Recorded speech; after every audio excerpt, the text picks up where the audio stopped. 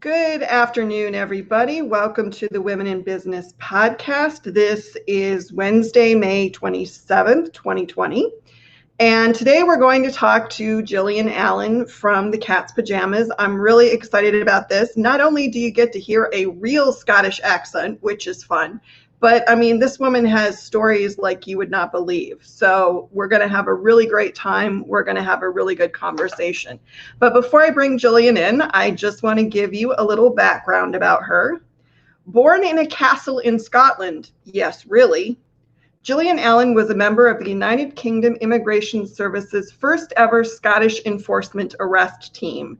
We could talk about that for an entire hour. She moved to Texas with her husband in 2005. She has worked with many universities and research institutions, including teams of interviewers and carrying out social research in many inner cities across the USA. In 2012, she started the Cat's Pajamas, offering embroidery services. She became interested in designing and moved into other mediums, including rhinestones and screen printing. Gillian moved to Thibodaux, I hope I said that right, Louisiana in September of 2019. Let's bring Gillian in and say hello. Hello, Gillian. Hello, Christine. How are you? I think all we ever say these days is we're surviving. Well, I'll say it's stupid hot here today. It's like 89 in northern Michigan right now, which for us is not right.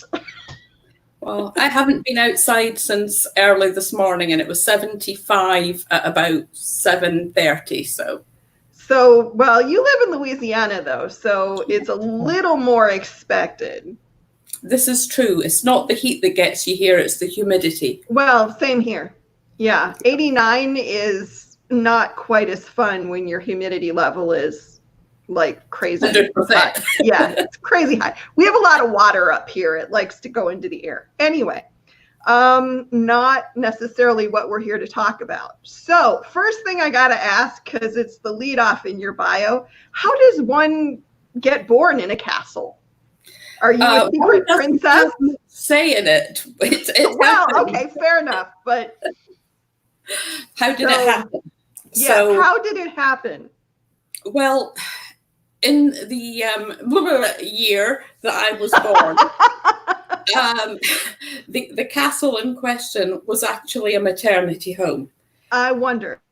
It is now part of the administration buildings for Stirling University. But that doesn't take away from the fact it was, always will be a castle. So it's one of the great things that you can say to people, you know, I really was born in a castle. I don't have a tiara like some people I know. I don't have a crown. Well, I have a tiara courtesy of Janessa, so I have to say thank you, Janessa, for that. And I have lovely opera gloves courtesy of you. So all I need is a ball gown now, and I'm good to go, man. My business that I owned in the UK before coming here was called Bridal Wearing Ball Gowns. Oh, dear. Oh, dear. Never. So someday a purple flouncy confection may show up in my door. I have not sewn a ball gown in anger for many years. A ball gown in anger. Well, there you go. So there's so many places we could start with this, but I do have a curiosity that I want to address, which is why the Cat's Pajamas? Why did you name your business that? And do please remember what you promised me earlier. Right. So for the benefit of the listeners, I did promise to keep this the clean version. Yes. And so anybody that is a fan of the British sense of humour, which I am, British colloquialisms, shall we say, there is a saying in the UK, and you're going to have to fill in the blanks here. It's the only way I can keep it PC. There is a saying in the UK that if something is special, one of a kind, it's the dog's. Yes, Right? Okay. So the polite version of that is to say it's the cat's pajamas. Ah, I see. Okay. So special, one of a kind, but I obviously, plus I have cats, so. Well, and yes, but I guess when I think of the Cat's pajamas as a name, I would think of something that's a little more like literally cat's pajamas. Oh, I have been asked if I make pajamas for cats. I have people reach out to me and say, can you do? And I'm tempted sometimes to say, sure, because I'm thinking, I wouldn't want to try and put my cat into a set of pajamas. So, Well, I don't, yeah, I'm not sure why people do that, honestly, but okay. But that was one curiosity I had. So did you name that business before you were in the US? Or is this just been a US-based business? It's just been a US-based business. Okay. There was years and years and years ago, I used to live in a place called Helensburgh in Scotland. And there was, I can't even remember what they sold, but there was a store called the Cat's Pajamas. And that's how I came to find out. I heard the name and I was like, wow. And I guess we're talking about, that must have been in the early 80s. Okay. But the name stuck. And so, yeah. I mean, in the US vernacular, the Cat's Pajamas is kind of like sort of the same thing that you said. It's something pretty rare and special and kind of top, it's the cat's pajamas. It's really high end and very cool. So the Cameo, I've heard say. Yeah, that one too. So I just was curious because really the stuff that you do is rare and one of a kind sort of thing. So I didn't know if the slang translated is, from. Certainly did. And okay, well, there you go. So that explains that. Now, the next thing I want to talk about is what you do, because you do something kind of unique. And I'm interested in as to how you came upon that, or what you do is, well, what I've seen you do quite a bit, and they're amazing, is mortarboards for people who are graduating. And they're personalized, obviously. But I mean, these are like blinged out, tricked out, very cool. Clearly a lot of time and effort spent on them. How did you stumble, or how did you come upon that as the thing that you would do? Well, let me start by saying that in the UK, we don't have high school graduations the way you guys do. Well, so, I was curious about that too. That kind of was the starter point. So when we moved here, my youngest daughter was 13. So she went into middle school, went to high school. We had the graduation. That was a whole eye opener. Don't even get me started about Texas style mums, which, I've made one, never again. Grad caps. Okay, so we had a little bit of an exposure there. But at that time, I was not crafting. It was just something that, I saw other people doing and thought, oh, right, okay. I started my business in 2012 and I got to know a lot of people in the vicinity, in the Dallas-Fort Worth area that were crafters, that were business owners the way I was. And one of the people that I met was this lady called Ronnie. And Ronnie has a full-time job. But her craft business, her sideline, is doing graduation caps. And one day she put out a message saying she was looking for someone to help her when she got too busy, because she was starting to get to the point she couldn't take all the orders she was getting. And she did say, I'll be very fussy about who I take because this is going to go out with my name on it. Oh, sure. Anyway. I'll cut the very long story short and say, I contacted her and said, I'm kind of interested in how you do these, because like you, I'd seen the pictures of her work. And she was instantly, oh my gosh, if you're willing to help me do this, this is great, because she said, I know your work. I had actually helped her out with some rhinestone designs and things in the past. So she knew my work, she knew my work ethic, and I started doing like the extra work that she couldn't handle. And let me interrupt for just 1 sec, because I just want to put up, if you want to see what we're talking about, this is Gillian's Facebook page. So go take a look, because They're very amazing. Sorry, go ahead. Just wanted to throw that in there. So originally the plan had been that, I might help her by just cutting the vinyl pieces, getting the prep stuff done so that she could put it together. Well, of course, once she realized it was me that was going to be helping her, she had no problem in saying, why don't you do some of the caps yourself? Mm-hmm.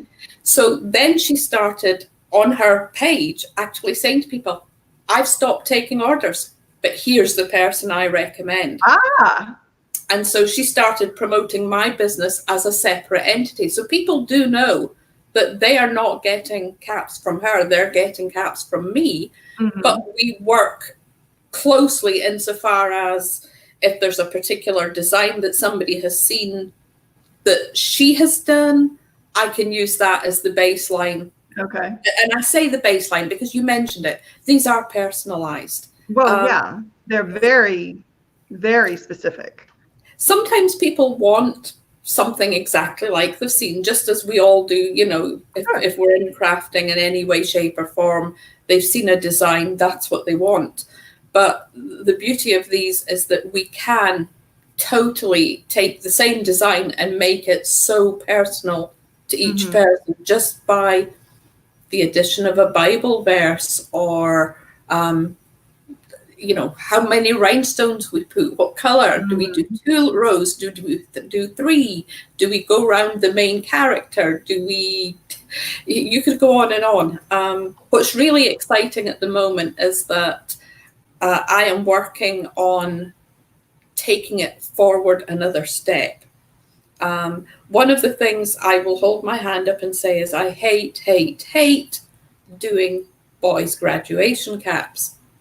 You may recall that I shared that I had a bit of a disaster. Yes, and I was going to ask you about that, but I do want to throw in here because this is nice. The Crystal Ninja says you do very nice work. So thank you, Kelly. And I will say for the Crystal Ninja,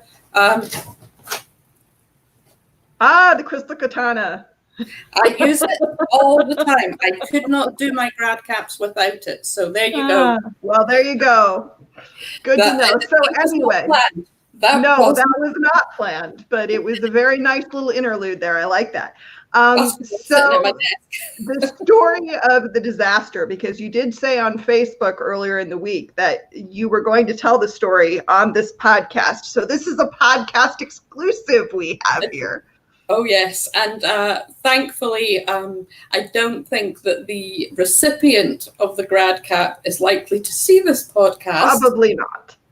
But even if they did, I don't know that they would recognize the story. So I was asked to do this boy's grad cap. And the difference between a boy and a girl, let me just say it's not as obvious as you would think, because I have had boys want the glitter, want the blitz, simply because if they're going to decorate a grad cap, they might already be slightly on the eccentric side, or a theatre grad is the recent one that I've got coming up. But this boy, it was just to be a particular Texas university. If I leave it at that, that'll keep it sufficiently vague, just in case. And they said, we'll send you the grad cap. So the cap came in, and it's from a school that I've never worked with before. So I have a lot of grad cap spares. I buy them, I keep them, because if you have a disaster, it can be nice to just replace it. Well, this was a navy blue cap, navy blue Herf Jones, and I started doing the design, and I had all my layers cut out. And in the boys' caps, you use a matte vinyl. You don't do the shiny. It's very, I can't say it's basic because it's not. They are very beautiful in their own way. Right. But they have their own problems, because if you can imagine, a graduation cap is you have the fabric on top of what's usually a corrugated cardboard. Sure. Yeah. So the fabric moves against the base underlayment, and you're putting it in a heat press, but you can't clamp the heat press down because you'll smash the cap. You'll snap the cap. So you're doing a touch, and you're having to gauge the pressure yourself. Well, matte vinyl wrinkles. It just on this kind of substrate. So you try and minimize it by different things. Well, I did the first 3 layers and realized that there was something just not right. I'd made an error. I cut it too far off, whatever the deal was. And I was like, okay, no problem. What you normally do is you put a base layer over it again and you start again because you can't see underneath it. Except you could see all these lumps and bumps. And I'm like, oh, this is just not good. So then just as I was about to think, okay, is there any way I can save this? The absolute icing on the cake was discovering that at the point where I put the design on the cap, I must have turned the cap 90 degrees. And there is a top and a bottom. Oh, so no. This design was now sideways on the grad cap. Okay. So that's when you go have a drink. No, actually, I didn't go and have my drink until I resolved the situation. So what I ended up doing, there is a product, and those of us who use vinyl, it's called VLR, vinyl remover. Yep. And I saturated the cap. And I don't know if I've still got it sitting here, probably not. You know, if you've ever scraped wallpaper, I had a little wallpaper. Well, I scraped the vinyl off this cap. And it was not one layer. Like I said, there was actually 4 layers.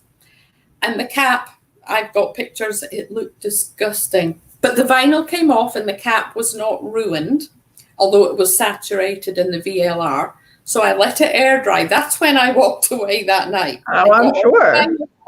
Walked away, had a glass of wine, calmed down, came back in the morning, put the cap into a low heat on the heat press, just to make sure there was no remaining chemicals. Sure. And started again, making sure that I had the cap the right way up. Yeah, that's important. And if you're on our Women in Garment Design group, which you should be if you're a lady in this business, you can look and see exactly. I'm sure you've got it there. There you go. There's our pump for the group. Yeah. There is a picture of the finished cap. And I will tell you, you would never guess. If I didn't have it there, you would never guess that was the disaster cap. I think I know which one you're talking about. I'm sure and you couldn't tell. I think it's one of the best boys caps I've ever made. Yeah, it's very classy looking. I'm thinking it's red and silver one, correct? Yeah, there's no bumps. There's no. Yeah, it's beautiful. It's on the link where I talked about having a disaster. Yeah, and it turned out beautifully. So there you go. There's some incentive to never abandon your mistakes, because often you can correct them. We have a couple of hellos here that I just want to throw in. Hello, Cindy. I'm glad you're here. And obviously Kelly's here, and Kim Johnson is here. Hi, Kim. Thanks for joining us. And Kelly says, we all do this. LOL, oops. I like that. It does happen to all of us. Oh, yeah. Anybody who says they've never made a mistake, I'm sorry. No. Oh, yeah. I mean, it's anybody who does anything that they put out there for public consumption that they have to create, you're going to mess it up. I can't tell you typos I've found in things I've written. Some of them that were like, oh dear, that was not good. But I tell people you have to be in the business when you're out meeting customers or looking for new business. You have to be a swan. You have to be a swan. Cool and calm and confident on the outside. And paddling like the devil underneath. There you go. The little feet going like that. I like it. One of the things that I did want to ask you, since you mentioned, and this was another curiosity of mine. So basically, you're just here to satisfy my curiosity today, I guess. But you had a business in Scotland, obviously, and then you came to the US and you have a business here. This is a huge question. I understand that, but I wonder, what do you think the biggest difference is between working there and working here? Or is it basically the same theory? To be honest, I would say it's basically the same theory. Okay. The scale is what is different. The market, if you like, is different. It's definitely huge. You tend, if you're in the UK and you're in some of these groups, which I was, you're very much the minority.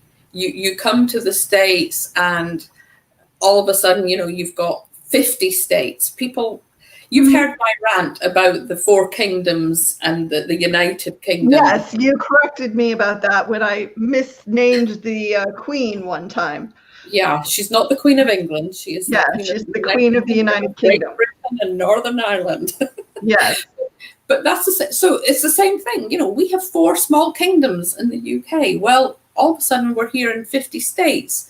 And any one of those states, you could fit the United Kingdom into Texas 10 times. See, I don't think we conceptualize it like that. We think of it as another country, so therefore it's big. And it is, if you look at the impact it's had in the world over the years. Oh, yeah. And it gets even more interesting when you have somebody like myself who is 100% Scottish and proud of it. And I say, then look at just the impact that the Scots have had. Oh, the Scots, I mean, and our growth and all that. And I mean, there's been a number of Scottish thinkers and some of them were a little, the blast of the trumpet against that regiment of women. What is that guy's name? I probably got it totally wrong now. I don't know. Anyway, I don't, I'll have to look it up later, but anyway.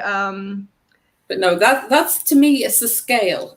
So in the kind of work we do, they used to say imitation was the most sincere form of flattery. Sure. Well, as a crafter, that's not quite true because the world's out there trying to rip you off and to steal your ideas and to copy them and not pay for them. And instead of having just one small area to deal with, all of a sudden you've got 50 states and they've all got their own rules and they've all got their own regulations. And, what you can do in one state, you might not be able to do in another. And then, are you charging sales tax in that state? Do you have the nexus in that state? And you move from Texas where you were all set up and legal and you had your sales tax and you think, okay, now I'm in Louisiana. So you register for sales tax and you do this and that. And you go to the Texas site and you say, no longer, oh, no, it doesn't matter now. We've changed our rules. You still have to pay us too. Yes, the Wayfair decision that the Supreme Court made. Exactly. Just messed everybody up. So and the short answer is you don't always know if what you're doing is right, wrong, because as a small business owner, a minority business owner, I can't keep up with all 50 states. I really and truly can't and don't try to. I try to do the best. I try to be honest and I pay my dues. I register with the state, with the parish, with the IRS. I pay my taxes. I do what I can do. If I miss one, oops.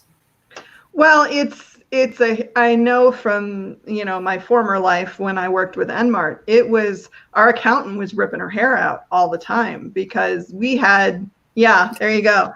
We had, 6 plants across the US and then Wayfair just complicated everything even more because then there were states, like you said, that suddenly went, oh, if we can, we'd like some of that money too, please. So I agree. It's a challenge. I don't know that I truly agree with how they got there because my argument is, if I travel physically to a state that does not have sales tax and I buy things, I don't pay that sales tax. Therefore, I think that they're double dipping in a lot of cases, but I'm not a lawyer. Nor am I. And my constitutional law class was a really long time ago. So, I want to talk about civics.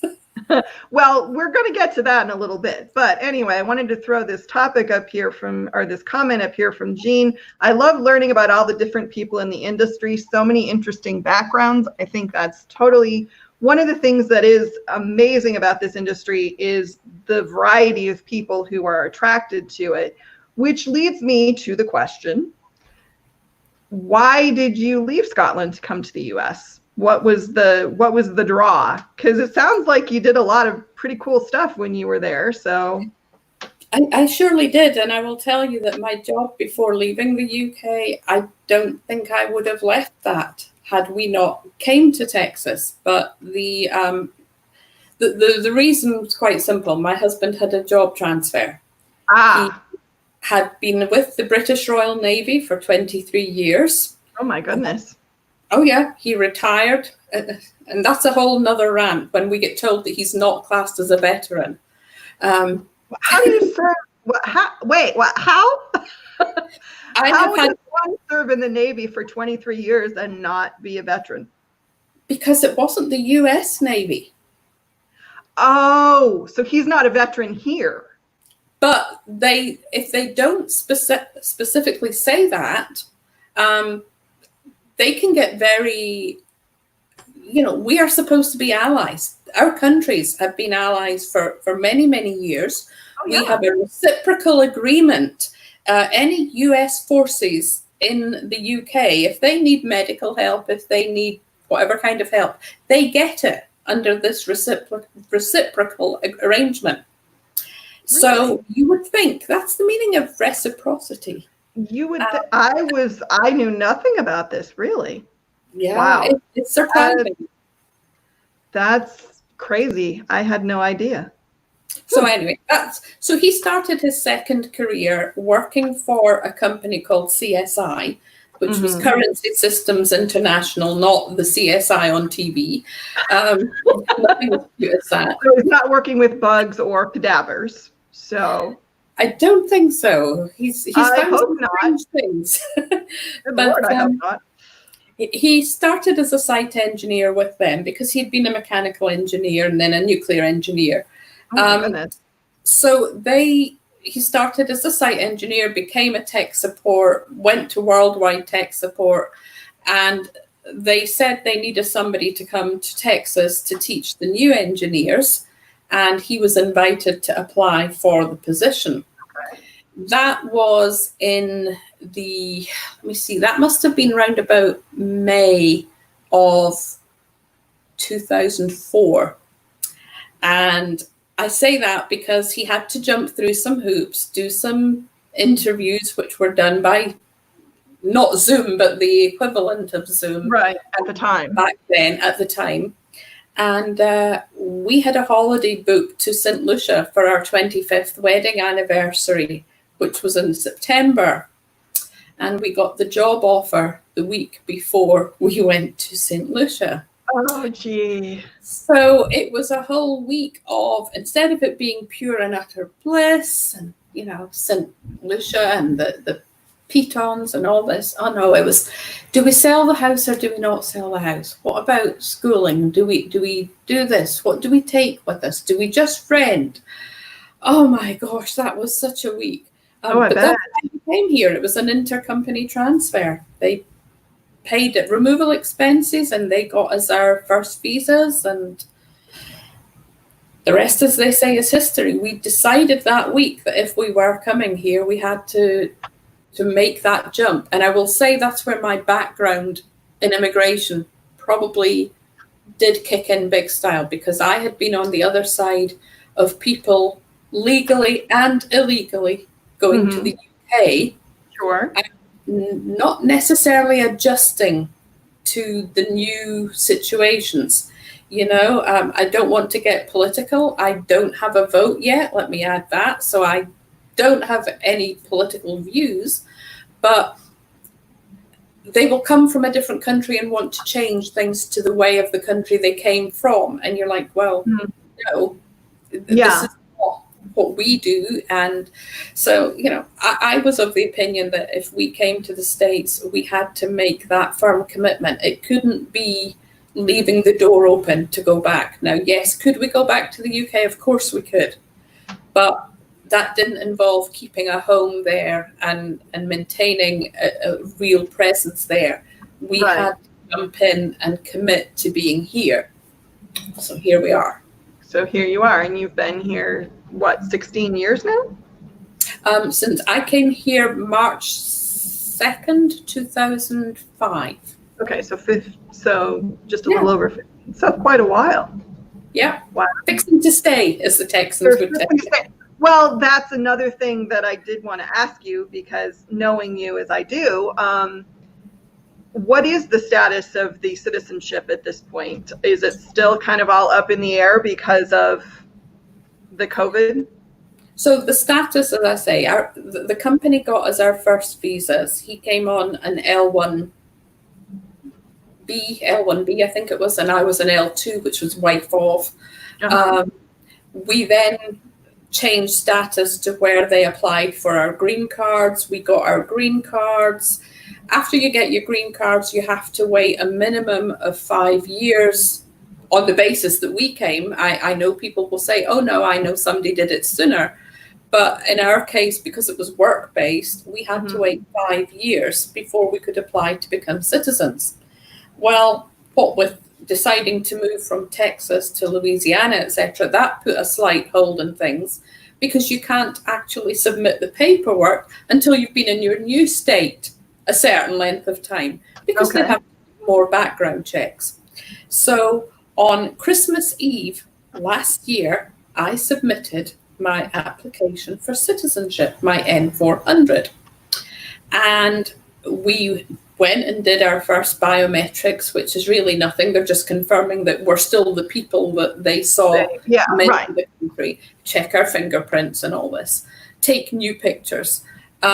Then I got the letter, the all-important letter saying, your exam to be naturalized is going to be on March 23rd in New Orleans. And I was super excited, because I get to go and prove that I can speak English, that I can read English. Well, okay, that probably wasn't too tough. Oh, but there are people who say, oh, you speak pretty good English for somebody born in another country. Do they not know? There are people that don't know that Scottish people speak English. There are people that do not know that. You're quite right. And that's a little alarming. It's very alarming, trust me, especially when these were people that I was sometimes working with on the university studies. But that's a whole other story. I had my citizenship exam set up. I had to do a civics test, so I was starting to practice for that. The 100 basic questions. Yeah, I remember that. And then March 11th, they shut us down. And March the 20th, I got an email saying that they had descheduled my interview. I love the politicalese of that. We descheduled you. That's what it said. And so I'm just waiting on them opening the offices back up and hoping that, I was pretty much scheduled to be there within a few days. So I'm hoping that means that I will get a quick date again. Yeah, so you can go back and do it. So at some point, did you guys always know when you first came over that you intended to become citizens at some point, or is that a decision that you made? This is fascinating to me because I haven't had much opportunity to talk to someone who's going through this process. So I'm picking your brain, I'll admit it. I will tell you that, to be honest, once you get your green card on the basis that we did, you actually do not need to become a citizen. You can just renew your green card. It's valid for 10 years. Right. A lot of people don't renew their green card, but as far as I know, and again, there's a political side to that I won't get into on the immigration policies, but we just decided that as we got our green cards in 2013. So in 2023, they would be due to be renewed. Right. The cost to renew your green card is just about the same as the cost to get your citizenship. But we'd have to pay that every 10 years. And as a former immigration officer, you want to bet my T's are crossed, my I's are dotted. Yeah. There's no way I would sit and let it lapse. I would have to have it current. I would have to pay for it. So it's just seemed easier to say, you know what, become a citizen. Aside which, I can't vote at the moment, and that was the other thing. If you become a citizen, then you get all the benefits of being a citizen. We get most of the benefits without. I am still a legal resident, therefore I pay taxes. I'm able to claim Social Security as and when I get old enough. I'm not there yet, thank goodness. But we've paid into the system, and so yes, we do get to get the payments from it. But voting is a big deal because, yes, I did always vote in the UK. I always feel that if you don't vote, you don't get to argue about the results. And arguing is fun sometimes. Oh, it can be fun, but you should have a say in it. If you vote, then you have participated and your voice has, in some small measure, been heard. If you don't how do you get to gripe and moan and say, oh, well, it's not my president? And I've heard that on both sides of the aisle. Let me say that's not a recent comment I've heard. Right. Oh, no. How many people sent back their stimulus checks? Well, yeah, there's a lot. We could do probably about 40 podcasts on various permutations of all this. But I think you participate in the process, and I want to participate. Will your citizenship then be dual? I mean, you'll have American and Scottish, or United Kingdom. Is it British? Excuse me. My language for this is not good. I understand that. But you're at least willing to learn. As I say, there are people who just don't get it, and it's never been explained to them. And I'm going to take my 2 minutes just to say, for the people who think, what are they talking about? I will have people say to me, oh, you're Scottish. What part of England is that? Well, it's not. It's not, exactly. Or as the common one, the Queen of England. You'll see the media use that one. Oh, I know. And do you see my little typing underneath when I get the chance saying, get it right? So we have 4 kingdoms, Scotland, England, Northern Ireland, and Wales, that form the United Kingdom, just as you have 50 states that form the United States. Okay. And when you think about it like that, all of a sudden it makes perfect sense. It does. Yes, she is the Queen of England, but that's not one of her titles, because the crowns have been together. The Act of Union and the marriage of the crowns, one was 1603, the other was 1707. So, we have been a united kingdom for many centuries. So there's no excuse. Well, 1603 was the Stuarts after Queen Elizabeth I died. Yep. I am a bit of a British history nut, so I know some things. They talk about, I went to Boston. Funny story, I went to Boston and I did some of the walking tours, and those tour guides did not know what they were in for. So, they'd go around saying, oh, the British are coming. And then they'd say, the English monarch. And I'd say, you can't get away with doing it both. You have to be consistent. If you're going to say the British are coming, then it's the British monarch. Fair enough. The English that, that had the whole American. So those days, I get it was pretty new, but it still was part of Great Britain and not just England. We never became subservient to them. You can take, I won't do my Braveheart. Well, that's a whole fascinating thing too. The whole Scottish, the Stuarts and how that all happened and everything there. And I mean, like I said, we could do a whole podcast on that. Maybe I need to do a history podcast. That would be fun. But anyway. I'm a McLean of Duart, born and bred, the real deal. Well, there you go. Good Lord. Yeah. Born in a castle even. So what else do you need? It wasn't Duart Castle, unfortunately. No, it wasn't Duart Castle. Well, So the citizenship will have the actual exam will happen at some point, and then you'll do your ceremony and you'll actually be an American citizen. Unless I fail it for whatever reason. Well, I can't imagine that happening, Gillian. I really can't. So pretty much you're decided that you guys are going to stay here now, which is good for us. I'm very happy to hear that. But what other things are you doing with the business besides the graduation caps? Because I know you have an embroidery machine behind you, obviously.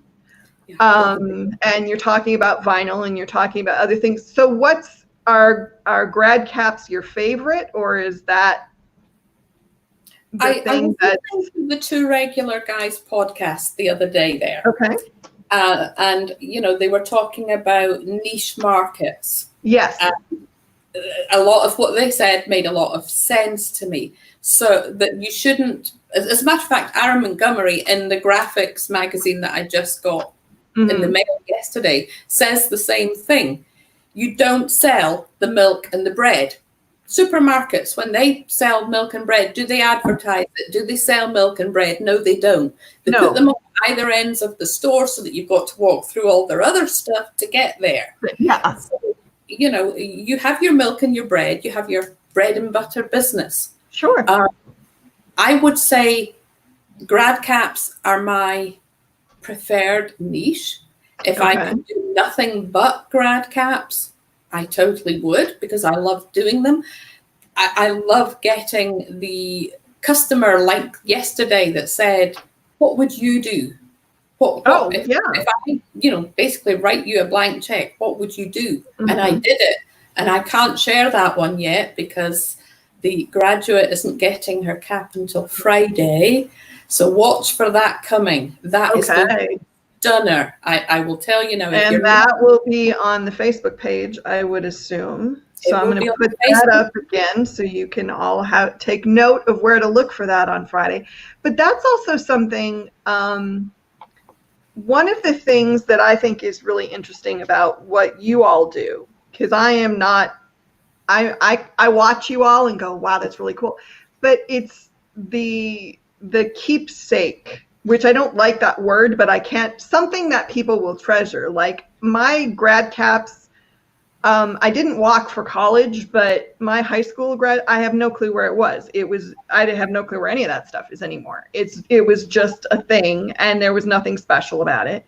But if you make one that's personal, a lot of those I imagine get kept or framed or, so is that part of it for you, that you're making something that's an heirloom or a memory? Or if you consider that a lot of these graduation caps can sell $200, $300.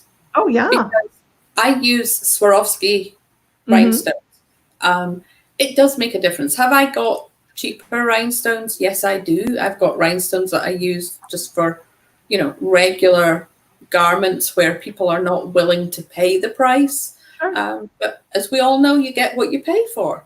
And on grad caps, I use the Swarovski because they are the best. They get the bling. That is half the fun. Like I say, you get somebody saying, "Oh, play with the sparklies," Oh, I love the sparklies. I have a tiara now, so you do. I do.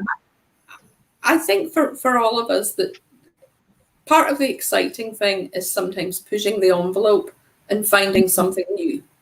I did not start doing the grad caps. I started with a little home embroidery machine. Mm-hmm. My grandmother taught me to hand embroider when I was a child. Mm-hmm. So do I know what a French knot is? Can I sew satin stitch myself by hand? Yes, I can. Mm-hmm. Do I do it anymore? No, I don't.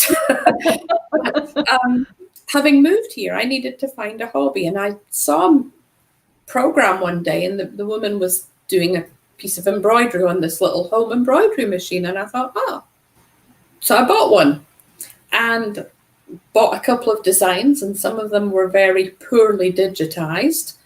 And I had to struggle to get them to work. And that led me to buying my first little program that showed well, you could do this or you could do that, but they all had limits. So then you would buy another software that allowed you to do a little bit more. Before you knew it, you wanted a bigger software that maybe cost a bit more. And because this is still a hobby, remember, this was not a business. So then you kind of think, I might have to make this a business because I'm to justify all this money. But one of the softwares I bought was called, I think it was called Creative Drawings at the time. They've changed their name to Drawings Pro now. But it came with this module that allowed you to take an embroidery design and make it into rhinestones. Now, let me tell you, I am not a fan. Oh yeah, but let me tell you, I'm not a fan of auto-digitizing, and all the embroiderers that are watching this they know where I'm going. You cannot do one click and it's done. And you can't do one click and it's done to rhinestones either. You have to understand the layers, the process, the limitations, and how you can then go in and edit. They can be a really good, let me just get from one medium to the other. Sure. It's what got me there. It's what got me started there. That plus buying a little Cameo that allowed me to, the plan was to do applique. And I was going to use my Cameo cutter to cut the fabric. Ask me how many pieces of fabric I have ever cut on my Cameo. Oh, in 7 years. How many, Gillian? How many? It's all vinyl now, isn't it? Well, see, they gave me vinyl with the package. So I thought, I'll play with the vinyl till I learn how to work this machine. Well, the other machine you can see behind me is my big Hicks 600p heat press. And I've got my 3 cutters sitting over in the corner that you can't see because my workroom's a mess because I've been making all these grad caps.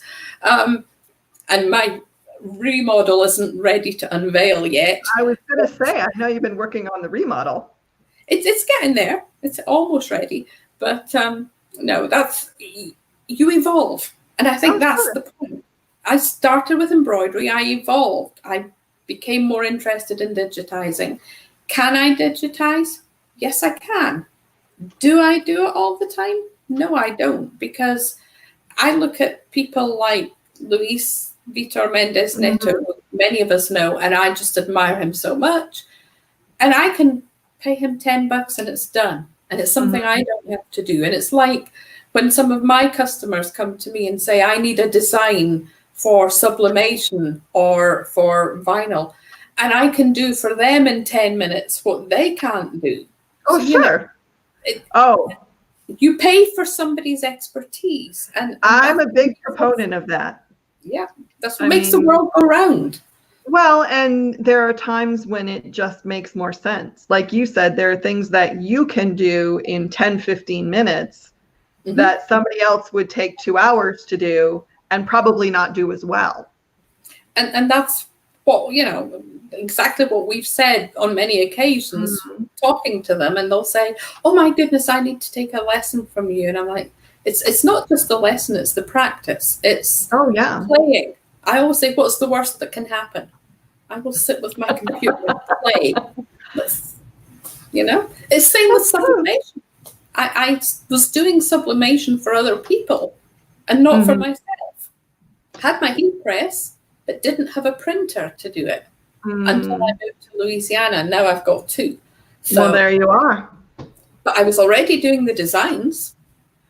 Well, a lot of it, I think, is because I've heard this from people in the group a lot and in other places, that people get nervous and they get very scared about, like you said, trying something new and kind of jumping in, and they feel like if they make a mistake, it's the end of the universe as they know it. And it's, you're going to mess it up. You're going to. Anytime. I think that the other thing too, though, is you have to be realistic in your expectations. Oh, yeah. Yes, I've got my lovely embroidery machine here, paid for cash, did not take out financing. I know many people do. I am at an age where, although I'm not there yet, I know I won't be in business probably in 15, 20 years' time, I'm not going to put myself under that kind of stress. Right. So every piece of machinery that I have ever bought for my business, has always been cash. All right.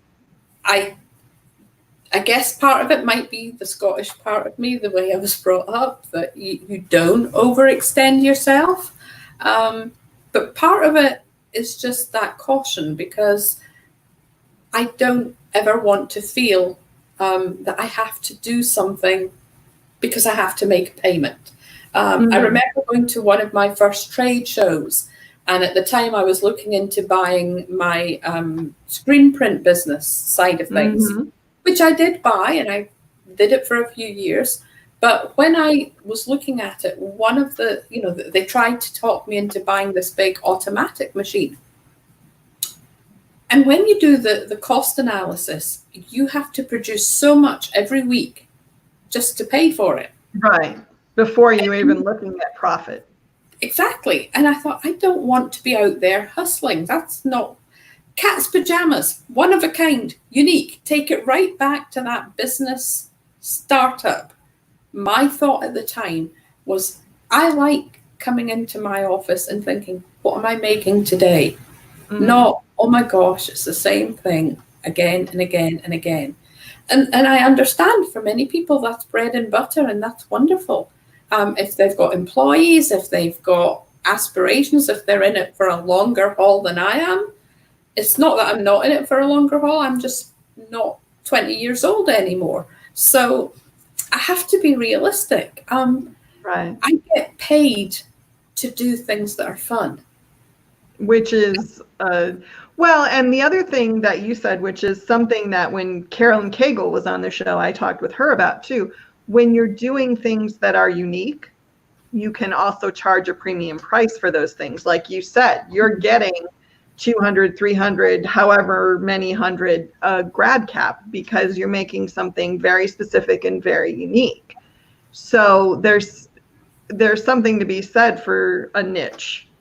However every grad cap. Let me just say. Well, yeah, fair enough, I'm sure. But I mean, the likelihood is that you're going to get a higher price than you would if you were sewing polos with a left chest for, the local construction company or something. This is true. And I do still take on those jobs, and I will do t-shirts and things, but they get interspersed with the interesting things. And it's like I say, at the moment, I'm getting to experiment with some ways of changing how we do grad caps for boys. So there's going to be some interesting experiments coming up. I don't want to say too much, but, it could quite revolutionize the way that I have been working on some aspects of my business. So that's exciting. It's all about the crossovers. Again, I'm trying to think. I know there's many examples where somebody has asked me to do one thing and we've ended up incorporating an idea from another medium, and it's worked just because you know it, because you've already been doing it. Sure. That helps. Like knowing Corel, I see people joining businesses out every day, and I've started my own business and I'm going to do sublimation, and they can't do anything. They have no software that allows them to create their own. They can't do the basics, but they've been sold by all these adverts, I hate to say it, on Facebook and the likes, where they're targeting anybody can have a t-shirt business, anybody can do this, be up and running in minutes.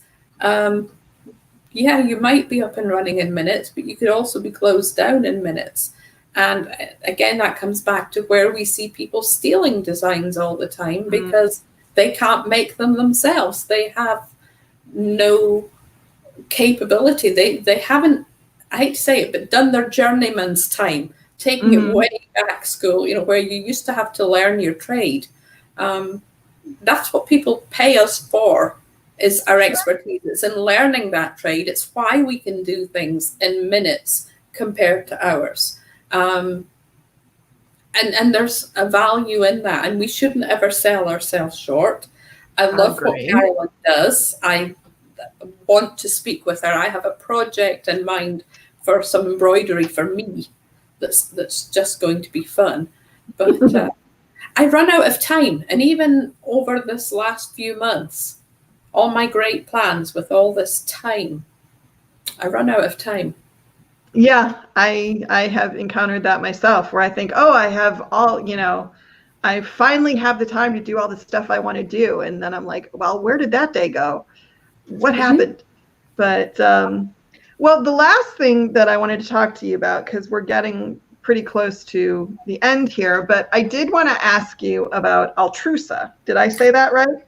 You did, Altrusa. Because I'm going to put the website up here. I went and read the website because I've heard you talk about it, and I wasn't exactly sure what it was. And from what I gather, it's service clubs who pick their own.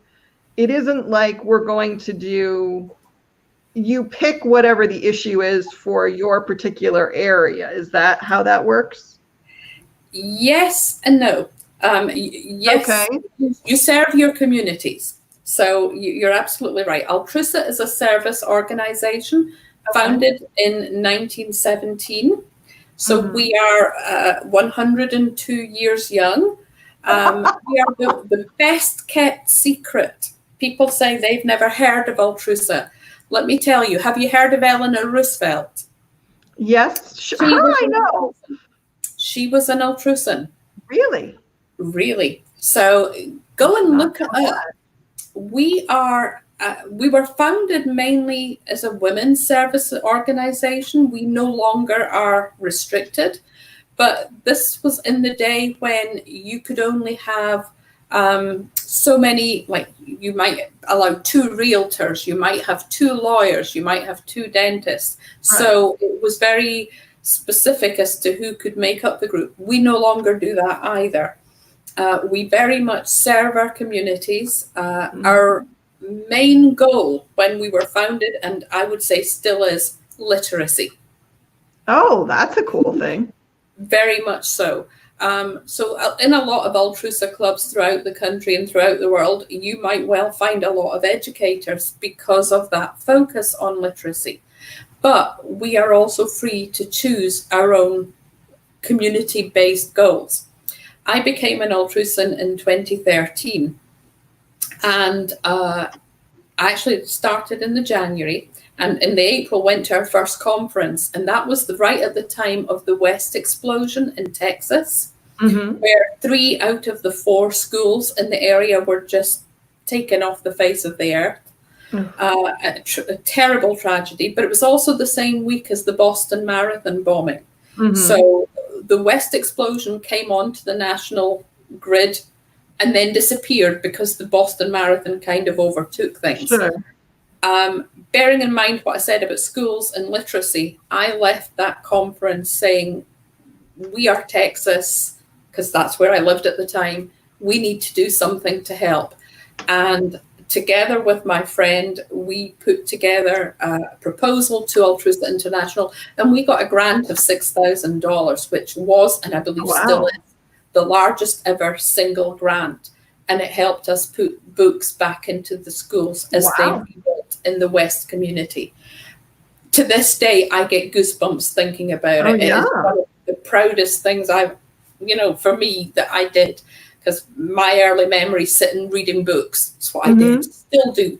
And I think everybody deserves to have that gift. I'm currently forming a new club in Thibodeau, but there are Altrusa clubs all over the country, all over the world. I was going to say, it's an international. Get involved, give back. Whatever is your charity of choice. And I say charity, I mean more in terms of if you're interested in pets, in animal health, you can, we, in Dallas, we used to do this where we would package food for pets and we would donate it to the food banks because people who needed to go to food banks would often starve so that they could feed their pets. Oh, so we get, but it's true. And I'm sure it's true. Yeah, and you don't think about that. No. Patriot Paws is another wonderful, because I just came from the Dallas Club before moving to Louisiana, another service organization we work with. But a lot of what we do is focus more, not just on the money, but on our time. What can we do to make a difference? And I truly think that I hear people all the time, I can't afford to do this. I can't afford to be. And I understand, I don't have deep pockets. Right. But I can give. I can give my time. Mm-hmm. I can give of my talent. I can give of my energy. And I choose to do it in my communities.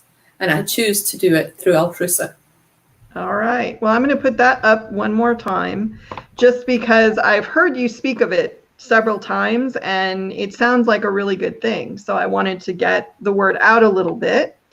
And then I also want to put up, this is Gillian's Facebook page. So check her out there. Go like her page. And this is her website. So go check that out. If you need help on Altrusa finding a club, please reach out to me. Come to your Women in Garment.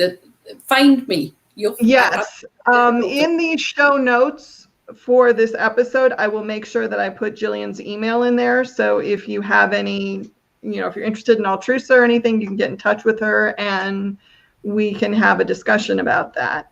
But I really thank you, Gillian. This has been fascinating. I could have talked to you for we could have just done British history for an hour.